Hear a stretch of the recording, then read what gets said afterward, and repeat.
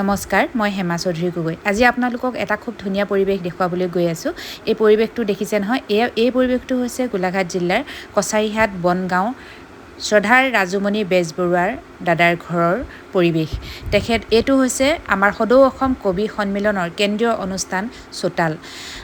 এই চোতাল অনুষ্ঠানটো সাধাৰণতে কোনো ব্যক্তিৰ ঘৰৰ চোতালত কৰা হয়। সেয়েহে যোৱা 28 ছেপ্টেম্বৰত ৰাজুমণি বেজবৰুৱা দাদাৰ চোতালত অনুষ্ঠানটো আয়োজন কৰা হৈছিল। তাৰ বাবে এয়া বৃহৎ আয়োজন দেখিছে, কিমান সুন্দৰকৈ তেখেতে চোতালৰ আয়োজন কৰিছে। কিন্তু প্ৰতিকূল বতৰে আমাক সেই সুবিধাখিনি, সেই আনন্দখিনি উপভোগ কৰাত কিছু বাধাৰ সৃষ্টি কৰিলে। সেয়েহে পিছলৈ এই অনুষ্ঠানটো ঘৰৰ ভিতৰলৈ লৈ যোৱা হ'ল। আমি এটা কথা স্বীকাৰ কৰিব লাগিব যে এইজন ব্যক্তিয়ে সদৌ অসম কবি সন্মিলনৰ হৈ বহু বছৰৰ পৰা বহুখিনি কষ্ট কৰি আহিছে। নিজৰ পকেটৰ টকা খৰচ কৰি এনেদৰে অনুষ্ঠান পাতি কবি সন্মিলনক ৰাইজৰ মাজলৈ নিবলৈ আপ্ৰাণ চেষ্টা কৰি আহিছে। আচলতে এইজন ব্যক্তিৰ লগতে সদৌ অসম কবি সন্মিলনৰ প্ৰতিজন ব্যক্তিয়ে চেষ্টা কৰে কবিতাক মানুহৰ মাজলৈ লৈ যাবলৈ, কবিতাক মানুহৰ প্ৰিয়তম শব্দ হিচাপে প্ৰতিজন ব্যক্তিৰ হৃদয়ত স্থান দিবৰ বাবে সদৌ অসম কবি সন্মিলনৰ প্ৰতিজন ব্যক্তিয়ে চেষ্টা কৰি আহিছে। কালি মই এটা টিভি শ্ব'ত দেখিছিলোঁ, এজন ব্যক্তিয়ে এটা সংগঠনৰ এজন মুখ্য ব্যক্তিয়ে এষাৰ কথা কৈছিল যে তেখেতক প্ৰশ্ন সোধা হৈছিল যে তেখেতে দামী গাড়ী বা দামী চাৰ্ট তেখেতসকলে যে পিন্ধি ঘূৰি ফুৰে। এই কথাটো প্ৰশ্ন কৰাত তেখেতে কৈছিলে যে পৃথিৱীত এনে এটা সংগঠন নাই যি সংগঠনত নিজৰ পকেটৰ পইচা খৰচ কৰি মানুহে সংগঠন কৰে। কিন্তু আমি একেবাৰে এই কথাষাৰ নস্যাৎ কৰি ক'ব পাৰোঁ যে সদৌ অসম কবি সন্মিলনৰ প্ৰতিজন ব্যক্তিয়ে নিজৰ পকেটৰ পইচা খৰচ কৰি এনেদৰেই ৰাইজৰ বাবে কাম কৰি আহিছে সদায়। সদৌ অসম কবি সন্মিলনে কেতিয়াও কোনো ব্যক্তিক বা কোনো ব্যৱসায়ী প্ৰতিষ্ঠানক তেনেধৰণৰ হেঁচা প্ৰয়োগ কৰি কেতিয়াও টকা সংগ্ৰহ কৰাৰ এটা নিয়ম নাই বা সেই নীতি আদৰ্শ আমাৰ নাই। সেয়েহে কবি সন্মিলনৰ অনুষ্ঠানবিলাক সদায় অনুষ্টুপীয়া হয়, কোনো জাকজমকতাৰ আমাৰ প্ৰদৰ্শন কৰা নহয়। আজি ৰাজুমণি বেজবৰুৱা দাদাই যথেষ্ট টকা খৰচ কৰি তেখেতে ব্যক্তিগতভাৱে এই অনুষ্ঠানটোৰ আয়োজন কৰিছিলে। অৱশ্যে তেখেতে যথেষ্ট সুন্দৰকৈ অতিথিসকলৰ আপ্যায়নৰ ব্যৱস্থা খুব সুন্দৰকৈ কৰিছে। থকা মেলাৰ আটাইখিনি সুবিধা তেখেতে ব্যক্তিগতভাৱে কৰিছে। সেয়েহে সদৌ অসম কবি সন্মিলনৰ প্ৰতিজন ব্যক্তিয়ে তেখেতৰ ওচৰত ধন্যবাদ আৰু কৃতজ্ঞতা স্বীকাৰ কৰিছে। আৰু ৰাজুমণি বেজবৰুৱা দাদাৰ দৰেই সদৌ অসম কবি সন্মিলনৰ বহু ব্যক্তি আছে যিয়ে নেকি অনুষ্ঠানটোৰ বাবে দেহে কেহে সময় দিয়ে, টকা পইচা খৰচ কৰে। কিন্তু আমাৰ এই সংগঠনে কেতিয়াও আনক হেঁচা প্ৰয়োগ কৰি অনুষ্ঠানটো জাকজমকতাৰ মাজলৈ লৈ যাব নিবিচাৰে। 1987 চনতে পথাৰ আৰু পৃথিৱীৰ কবি শ্ৰদ্ধাৰ ৰাম গগৈ ডাঙৰীয়াই প্ৰতিষ্ঠা কৰা সদৌ অসম কবি সন্মিলনে বৰ্তমান অসমৰ প্ৰতিখন জিলাত আৰু গাঁৱে ভূঞে শাখা গঠন কৰিবলৈ সমৰ্থ হৈছে। এই বৃহৎ অনুষ্ঠানটো কেৱল অসমৰেই নহয়, উত্তৰ পূৰ্বাঞ্চলৰ এক সৰ্ববৃহৎ কাব্য সংগঠন হিচাপে প্ৰতিষ্ঠা লাভ কৰিবলৈ সক্ষম হৈছে। ৰাজুমণি বেজবৰুৱা দাদাৰ ঘৰত অনুষ্ঠিত এই চোতাল অনুষ্ঠানৰ কিছু অংশ এনেদৰে ৰাখিছিলোঁ। আহকচোন আমি এই অনুষ্ঠানটোৰ মাজলৈ যাওঁ। মানৱৰ হৃদয় এটা চুপনি, বিদ্ৰোহ বেদনা উন্মাদনা সৰ্বত্ৰ হত্যা দেই মাতৃৰ বুকুত তেজৰে ফাঁকু খেলা। তোমালোকক মানুহৰে মূল্যবোধৰ কথা ক'লেই টায়াৰৰে ধোঁৱাই আৱৰি ধৰে মোৰে দেশৰে সন্তানসকল। তোমালোক শেষ হৈ গ'লে দেশৰে কমাব। আমাৰ কবিতা পাঠ শুনক আপোনালোকে। কবি মনোৰঞ্জন বৰগোহাঁই ডাঙৰীয়াই তেখেতৰ একমাত্ৰ উপন্যাস ইমান সপোন আছিল দুচকুত শ্ৰদ্ধাৰ ৰাজুমণি বেজবৰুৱা দাদা আৰু বৌৰ নামত উৎসৰ্গা কৰে।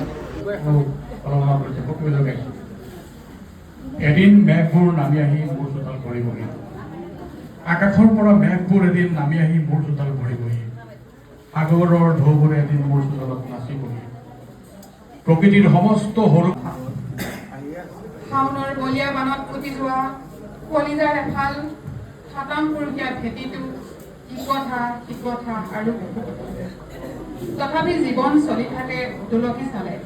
পথ এপথ হৈ পথে আই দেহৰ সঁচা প্ৰেমিক মই মন চৰকাৰী চাকৰি এটা নাই বাবে মানুহে কয় মোৰ চিন্তাবোৰ হেনো বেচৰকাৰী, কথোপকথন বেচৰকাৰী, কামবোৰ বেচৰকাৰী, খোজবোৰ বেচৰকাৰী, হাঁহিবোৰ বেচৰকাৰী, কান্দোনবোৰো বেচৰকাৰী, ভুৱন খাৱন চলন ফুৰণ, মোৰ শ্বাস প্ৰশ্বাস, কাগজ কলম, মোৰ কবিতা, মোৰ পৃথিৱী সঁচা কথাতকৈ মিছা কথাৰ মূল্য বেছি। লোৰ মূল্য বিষাদৰ চাপ। শুনিছো বৰষুণত তিতি ভাল পোৱা মানুহবোৰ ভীষণ প্ৰেমী। বৰষুণ মোৰো প্ৰিয়, অথচ মই আজি কোনো প্ৰেমিক নহয়। স্বৰ্গৰ দ্বাৰলৈকে ধৰ্মৰাজৰ লগত অচ্যুত তেতিয়াৰে পৰা নাতি পৰিণতি সভ্য সমাজত হাঁহৰ গঁৰালত হাত দিয়া চোৰ চিঙা তামোলৰ থোকৰ সৈতে গিৰিং হৈ পৰে। কোন ধৰ মোৰ নাম হৈছে অসুখ। মই বৰ অসুখী, মোৰ আজন্ম অসুখ নহয় অসুখতেই মোৰ জন্ম, এনেবোৰ মোহন বাক্যৰ জাল। এতিয়া জীবনে মৰণে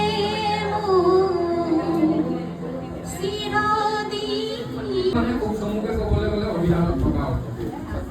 অভিধানত থকা অৰ্থটো পৰা কি অলপ আঁতৰি আহিবই লাগিব, সি বেলেগ অৰ্থ প্ৰকাশ কৰিবই লাগিব শব্দটোৱে, তেতিয়াই সেই কি কবিতা হ'ব।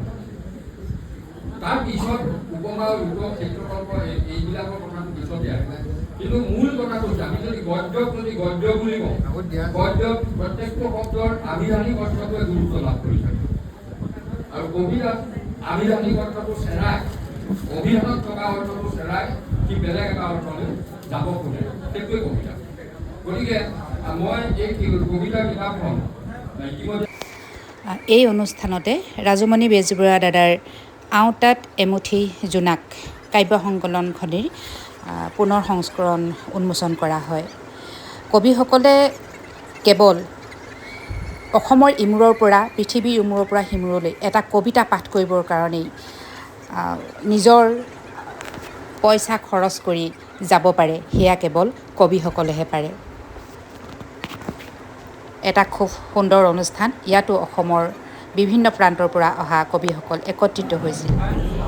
বহিৰাজ্যৰ গামোচা ব্যৱহাৰৰ ক্ষেত্ৰত আমাৰ সদৌ অসম কবি সন্মিলন সদায় সচেতন হয়।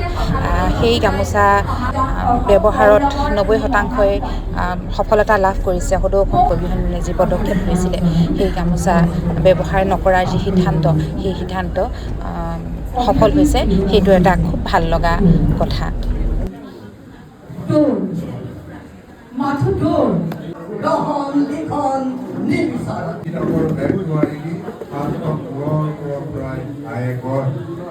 ধীৰে খোজকিৰে যাবি, চাৰে কোৱা কথা মন দি শুনি সাজি সাহসৰ বীজ এটি ৰোপণ কৰিছিল। সাম্ভাব্য জীৱন যন্ত্ৰণাৰ মুখামুখি খামুচি ধৰি ৰাখিছিল আজীৱন নিৰাপত্তাৰ অদৃশ্য দেৱালে। 2 নম্বৰ ষ্টেঞ্জা। আছেনে মনত তোমাৰ আকাশী নীলা চোলাটোৰ কথা? দূৰ দূৰলৈকে বিয়পি পৰিল শেৱালিয়ে শুভ্ৰ সাজেৰে ৰঙাকৈ ৰহন সানিলে।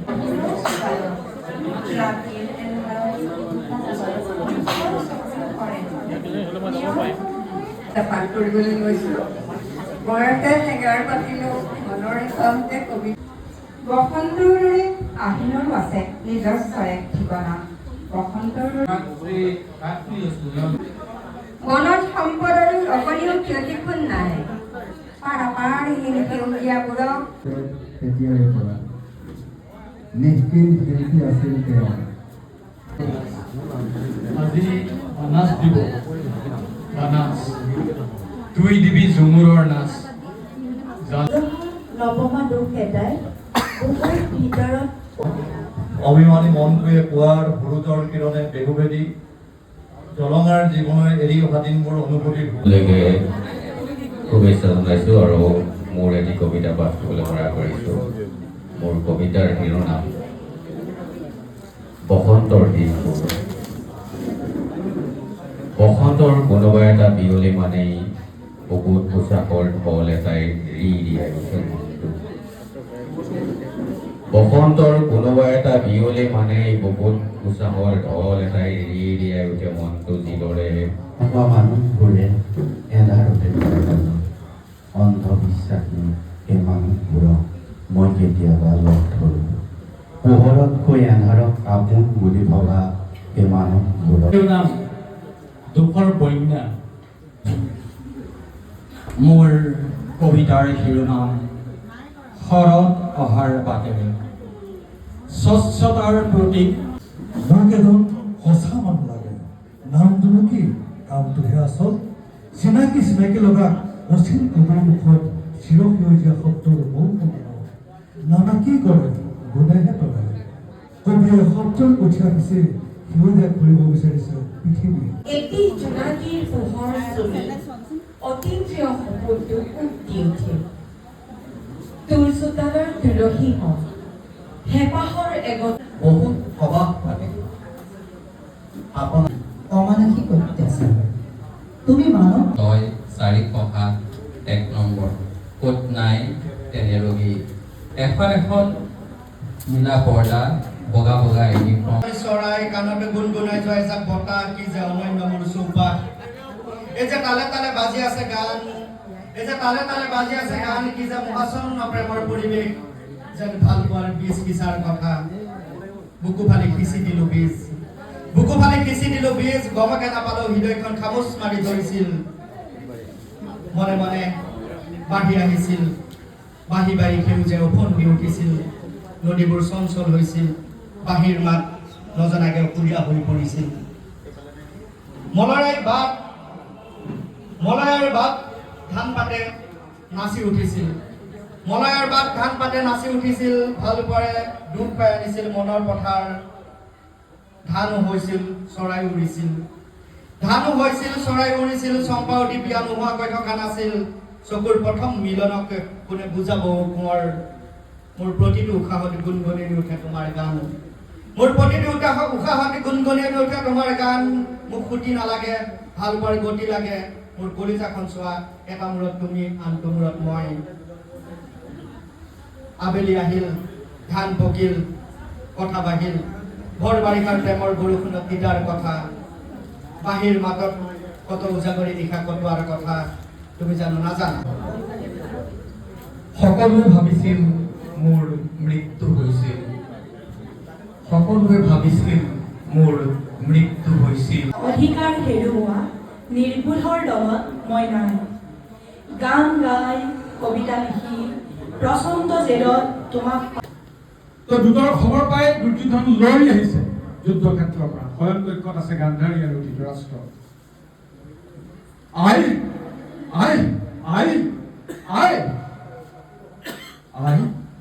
মোক বোলে মাত দি পঠাইছিলা। গান্ধাৰীৰ মাত। আই তোমাৰ কি হৈছে? তুমি নামাতা কিয়? তই শুনিবি কোন দিনা তোমাৰ অবাধ্য হৈছো আই? তেন্তে হলে তই এই যুদ্ধ পৰিত্যাগ কৰবা আছা? কিয় সেই একেটা কথাকে ধৰি আছা আই? কিয় ধৰি আছা? পুত্ৰ হৈছে কি তোক কেনেকৈ বুজাম? এটা কৰি ৯৯টা পুত্ৰই মোৰ বুকু খোলা কৰি গুচি গল। তই আৰু এই যুদ্ধ নকৰিবি পুত্ৰ, তই আৰু এই যুদ্ধ নকৰিবি। সেই জননী পৰিহাৰ কৰিলে সমল, আহিৰ মানে মৃত্যুপুৰীৰ পৰা ঘূৰি মোৰ মৃত ভাতাগণ। পৰিহাৰ কৰিলে সমল, তাৰুণ্য মচিব জননী কপালৰ ভাগ্য ৰেখা। বিধতাই লিখা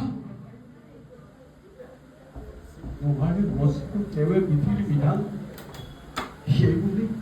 সেই বুলি আপোন হাতে যে অগ্নি জ্বলালি, চাকৰি চলিবলৈ নিদিবি পুত্ৰ। হে জননী, যি অগ্নি দহন কৰিছে মোৰ আত্মীয় স্বজন, সেই অগ্নি জলক জননী। হয় যদি দগ্ধ হওক চিৰহত মোৰ নজৰ, নিজেই দেই চাই পুৰি ভস্ম হৈ উৰি উৰি গুচি যাওঁ ভয় পায়। প্ৰায় 250ৰো অধিক কবিয়ে অংশগ্ৰহণ কৰা এই অনুষ্ঠানটো আছিল এক সফল অনুষ্ঠান। সদৌ অসম কবি সন্মিলনৰ জয় হওক তাৰে কামনা কৰিলোঁ।